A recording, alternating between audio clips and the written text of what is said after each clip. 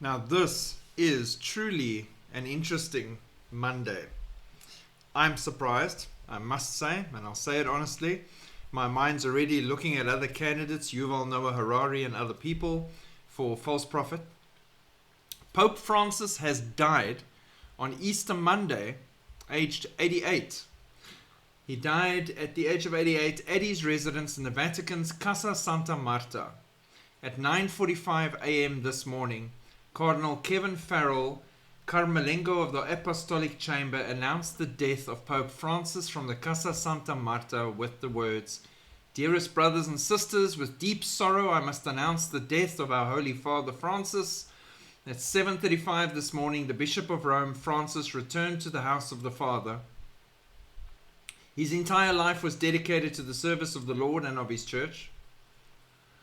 He taught us to live the values of the gospel with fidelity, courage, and universal love, especially in favor of the poorest and most marginalized. With immense gratitude for his example as a true disciple of the Lord Jesus, we commend the soul of Pope Francis to the infinite merciful love of the one and triune God." Yeah, no. No. Interesting. Very. The man is now gone, so now they will have to get all of their people together and do their whole selection process. There's a couple of solid candidates that we can look at that I looked at last time when they said he might die, and they're just as scary as what we've just experienced with the predecessor. So Pope Francis, my number one candidate for false prophet, is dead. Gone on to his reward. Yeah. Every man will be rewarded as to what he has done. So your fruit speaks for itself. And I'm not being judgmental for any Catholics watching or anything. I am looking at the plant and its fruit, not the words that are just put there. It's like when you're invited to someone's funeral and you know for a fact they weren't saved, they live an ungodly life, they were completely lost and sometimes straight up evil. And then the pastor or the minister will say, "Oh, this person, oh, such a great person, and now they've gone to be with Jesus in heaven." No, they have not. Stop lying. Know that the person had a real, genuine relationship with God, was truly saved. Then you can say those things. Other than that, you cannot. In this case, you cannot. But again, Catholic Church, they're going to say this. But yeah, I am surprised, honestly, that Pope Francis kicked it. Francie boy's out of the game. Which means the true false prophet is still a very big unknown.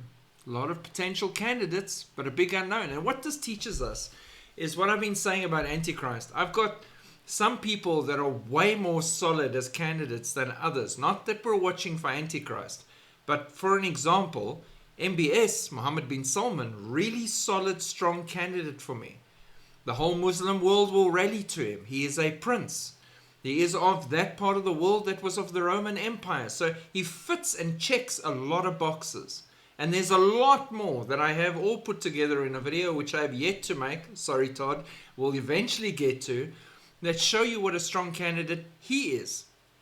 But I know in my heart, he probably might not be at all.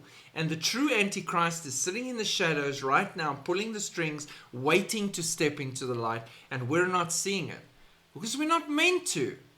We will be removed first. And then in that chaos and confusion, he will rise. His false prophet will rise. And they will take their rightful places as per the book of Revelation and Daniel in that time frame of the final week. So again, me, Sholto, surprised. Color me impressed that the man actually died and didn't have a miraculous recovery and take up his role as false prophet. He surely laid a huge, proper foundation for the New World Order, the one world religion, and the false system that's coming to deceive mankind even further than they already are in this great time of deception. So, that is truly breaking news for today. Francie boy is out of the game. Shalom.